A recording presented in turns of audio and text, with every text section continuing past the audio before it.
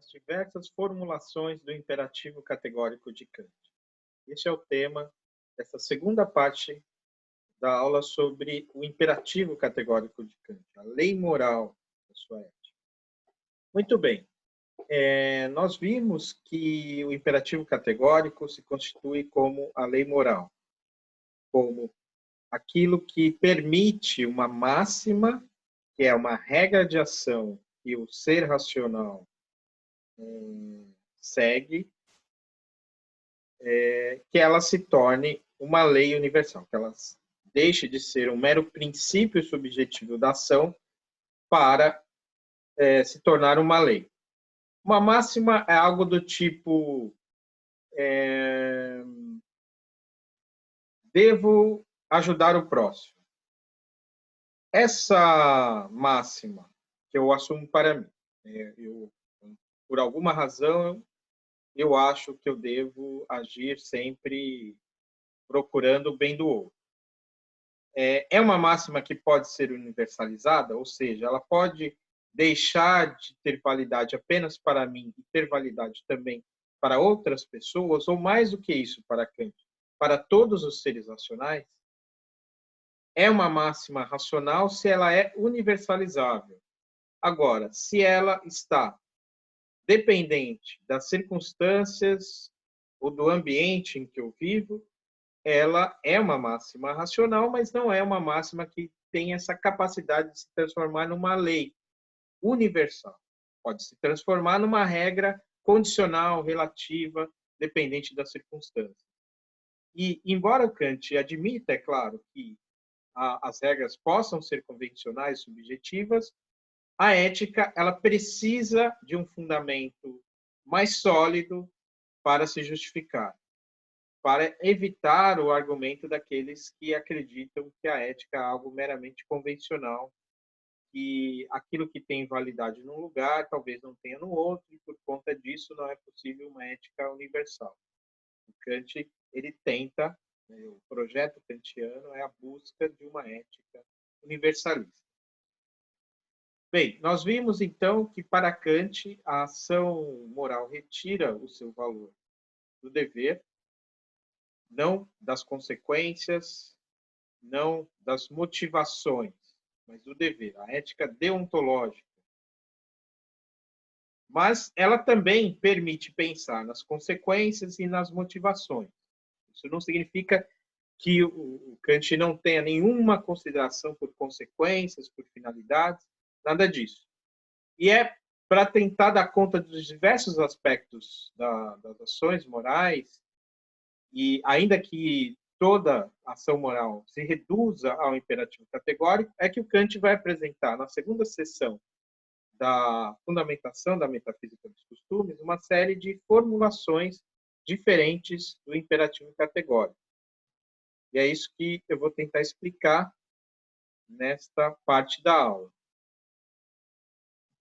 Se trata de saber por que Kant elabora diferentes versões desse procedimento de universalização no qual consiste o imperativo categórico.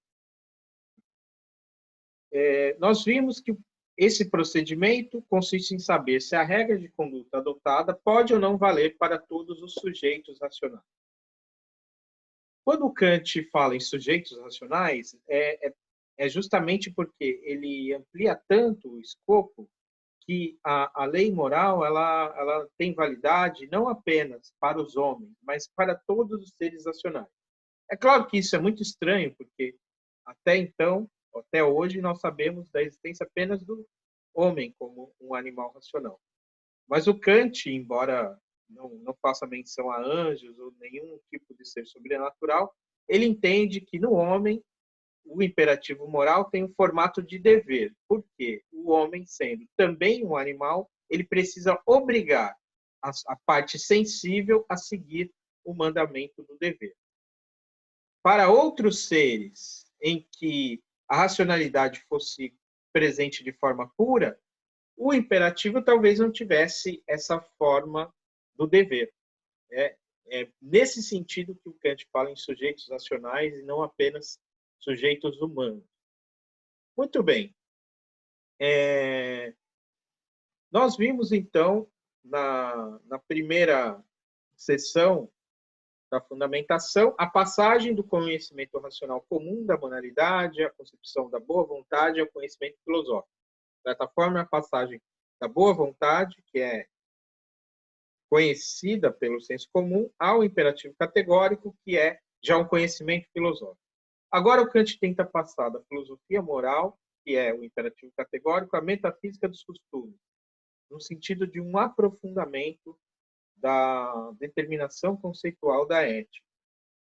É isso que vai nos ocupar nessa parte da aula. A terceira sessão eu comentarei na semana que vem, nas aulas da próxima semana, em que eu vou tentar amarrar aí, mostrando outras consequências da ética kantiana e respondendo também as dúvidas que forem colocadas. O que se trata, então, agora de ver é como o Kant chega às diversas formulações do imperativo categórico, né? Isso, então, vai estar presente na segunda sessão. A segunda sessão é muito longa, bastante longa. Bem mais longa do que as outras duas, a primeira e a terceira. Ele insiste, num primeiro momento, né, dividindo aí essa sessão em 5 partes. Cada número aí corresponde a um parágrafo. Então, nós temos 90 parágrafos. O primeiro conjunto, primeira parte, os 10 primeiros parágrafos, ele vai insistir na anterioridade do dever em relação à experiência, que foi algo que eu já expliquei razoavelmente nas aulas passadas e não vou retomar agora. Depois ele fala da razão prática, a vontade de seus imperativos, também é algo que eu passei. Claro, ele já adiantou um pouco desse argumento na primeira sessão, mas agora ele especifica com um grau de detalhamento maior. Nesse sentido, vale muito a pena a leitura cuidadosa da segunda sessão, até como uma retomada em maior precisão daquilo que é exposto na primeira sessão. Mas eu não vou acompanhar detalhadamente a argumentação do Kant na segunda sessão, porque isso seria bastante cansativo, e o mais importante é a leitura que se faça, né, do texto kantiano. O ponto mais importante, embora talvez seja o mais difícil, é a expressão das diferentes fórmulas do imperativo categórico, que vai ocupar aí a maior parte do texto. Depois ele vai fazer uma série de revisões, vai sintetizar as suas conclusões e, no final, vai fazer uma transição para a crítica da razão prática, indicando ali e fazendo uma discussão que é mais apropriada para aqueles que já conhecem a segunda crítica, né, a crítica da razão prática, que envolve toda uma discussão sobre liberdade, que eu vou trazer, como eu disse, nas partes seguintes das aulas sobre Kant. Muito bem, então é esse o itinerário do Kant na segunda sessão. Desde a primeira, nós temos uma fórmula geral do imperativo categórico que se expressou da seguinte forma, ou na seguinte fórmula: age em conformidade apenas com a máxima que possas querer que se torne uma lei universal. Eu tenho que querer que a minha máxima, aquilo que eu acho bom para mim, seja bom também para os outros. Esse imperativo não enuncia nada de particular, nada de material, nada de específico. Ele enuncia apenas uma fórmula geral, já que é um procedimento de universalização, que consiste, como eu insisti, né, em saber se a regra de conduta adotada pode ou não valer para todos os sujeitos racionais. Bem, a partir dessa fórmula geral, o Kant vai apresentar 3 outras fórmulas. E essas 3 outras fórmulas, elas muitas vezes parecem não dizer nada além do que já dito na primeira fórmula, né, que é essa, né? E ele diz expressamente: o imperativo categórico é um só e precisamente este: age apenas segundo aquela máxima pela qual possas querer ao mesmo tempo que ela se torne uma lei universal. Mas o Kant, no seu exercício de especificação e de análise, ele vai apresentar 3 fórmulas, né? Eu vou explicar muito esquematicamente essas 3 fórmulas. É importante a gente saber como elas se colocam e ter uma noção, né, do que está em jogo, mas a investigação mais detalhada sobre isso num curso de graduação como o nosso não faria muito sentido. Até porque, por mais que o Kant se esforce em ser claro, né, esse tema das diferentes formulações do imperativo categórico, né, é um tema que ocupa os intérpretes da filosofia do Kant, e mesmo aqueles que fazem esforço em apresentar a ética kantiana de uma forma mais clara para o público em geral.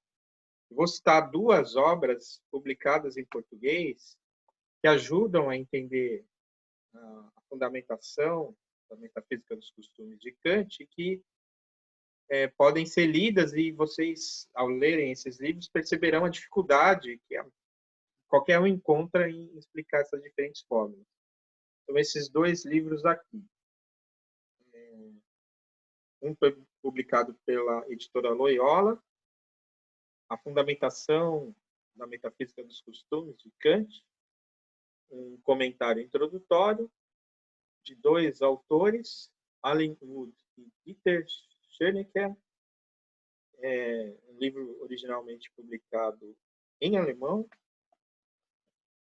e esse livro aqui, da Sally Sedgwick, Fundamentação da Metafísica dos Costumes, uma chave de leitura. É uma coleção da editora Vozes, né, que pretende apresentar sempre um estudo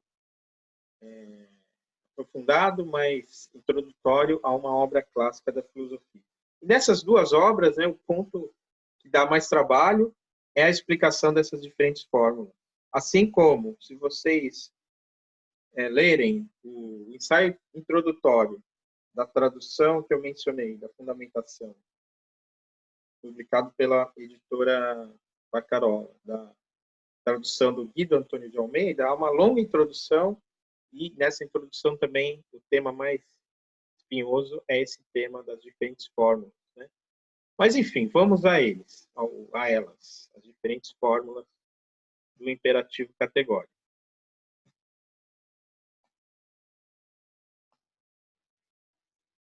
A primeira fórmula, que aparece na segunda seção, é essa aqui. Procede como se a máxima de tua ação devesse ser erigida por tua vontade em lei universal da natureza. Segundo Kant, e é o que também conclui os intérpretes, essa é uma fórmula extraída da mera forma do dever e que diz respeito à universalidade da lei. Nada de tão novo ou nada que possa contribuir tanto assim para o entendimento daquilo que já estava posto, né? Diz assim: procede como se a máxima de tua ação devesse ser erigida por tua vontade em lei universal da natureza. Não é meramente age segundo a máxima que possas querer que se torne lei universal. É também lei universal da natureza. É como se ela devesse ser alguma coisa tão rigorosa, infalível, e é algo que dá universalidade, ainda que seja uma universalidade que vem do querer. O que é bastante difícil, porque o querer ele está sempre na ordem daquilo que é contingente. Eu posso querer ou não querer uma coisa, mas para Kant, como a vontade, a ação de querer está sempre envolvida numa certa racionalidade, é possível, e para ele ainda mais, é necessário que ela tenha uma tendência universalizante. Então, é nessa especificação formal que o Kant vai extrair essa fórmula, que realmente não é tão diferente da fórmula geral da primeira seção.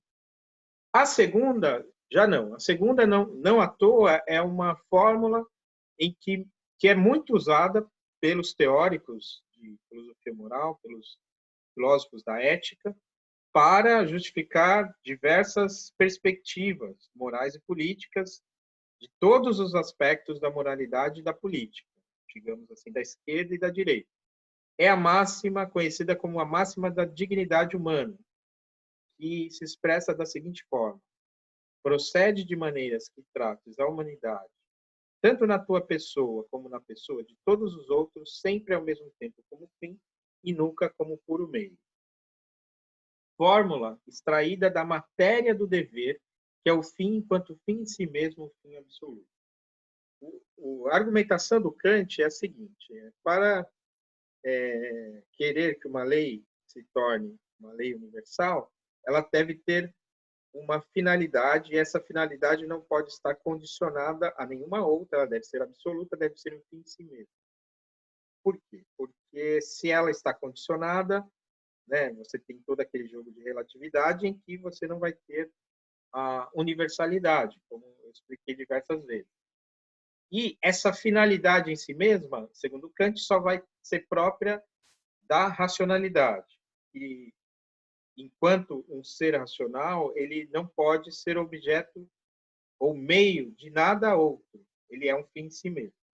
E se respeito à dignidade racional, que é também a dignidade humana para Kant é extraída da racionalidade, é aquilo que obriga a tomar a pessoa humana, não apenas a pessoa externa, mas a própria pessoa em si mesma, como um fim e nunca como um meio. Ou seja, o imperativo categórico pressupõe, de certa forma, ou implica, segundo Kant, o respeito à pessoa humana como uma coisa que é um fim em si mesmo e que nunca pode ser instrumentalizado para nenhum outro fim.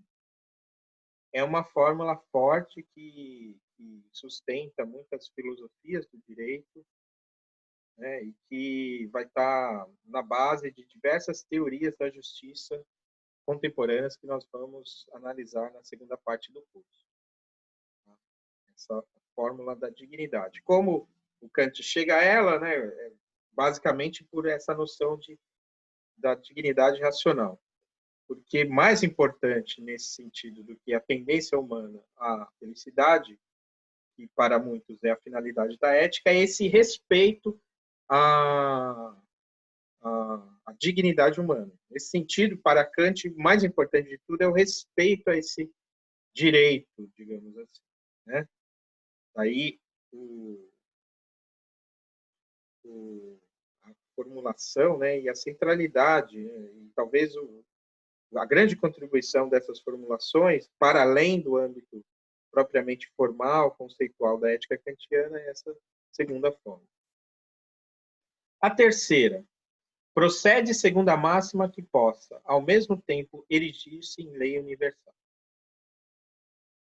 Aqui, os críticos indicam que se trata da formulação extraída da determinação completa do dever, determinação formal e material. E indicam também que ela diz respeito à fórmula da autonomia, da liberdade humana. Procede segundo a máxima que possa, ao mesmo tempo, erigir-se em lei universal. Também, assim, é muito difícil caracterizar assim de uma forma clara, né, em que essa formulação difere daquela formulação geral e da primeira formulação da segunda seção. Mas ela pretende indicar o fato de que o ser humano só é livre quando ele age de acordo com uma lei que ele mesmo instituiu para si. E para isso ele deve fazer valer essa lei universalmente. Só assim o ser humano é inteiramente livre, não é um ser heterônomo. Aqui, né, a noção de liberdade é importante e nesse sentido que a gente vai encaminhar a discussão no final da segunda sessão para a terceira, na questão da liberdade. Liberdade como autonomia. A noção de que a vontade não pode depender de nenhum objeto externo que a determine. A ética não admite, nesse sentido, a heteronomia, capacidade, da vontade de ser determinada por alguma outra coisa, seja algo derivado da experiência sensível, alguma coisa que atrai o indivíduo e o faz perder, digamos assim, a sua autonomia racional, ou uma concepção de bem previamente dada, ou seja, uma concepção de uma vida feliz que vai determinar como todo mundo deve agir, né?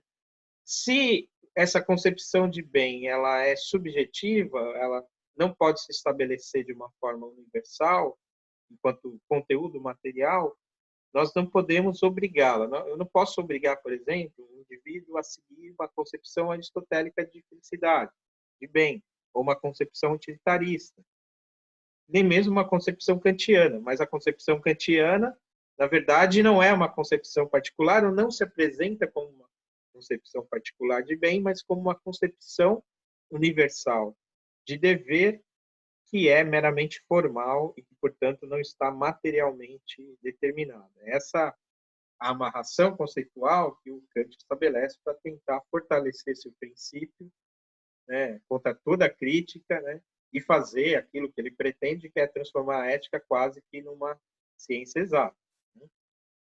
De fato, esse é o projeto kantiano.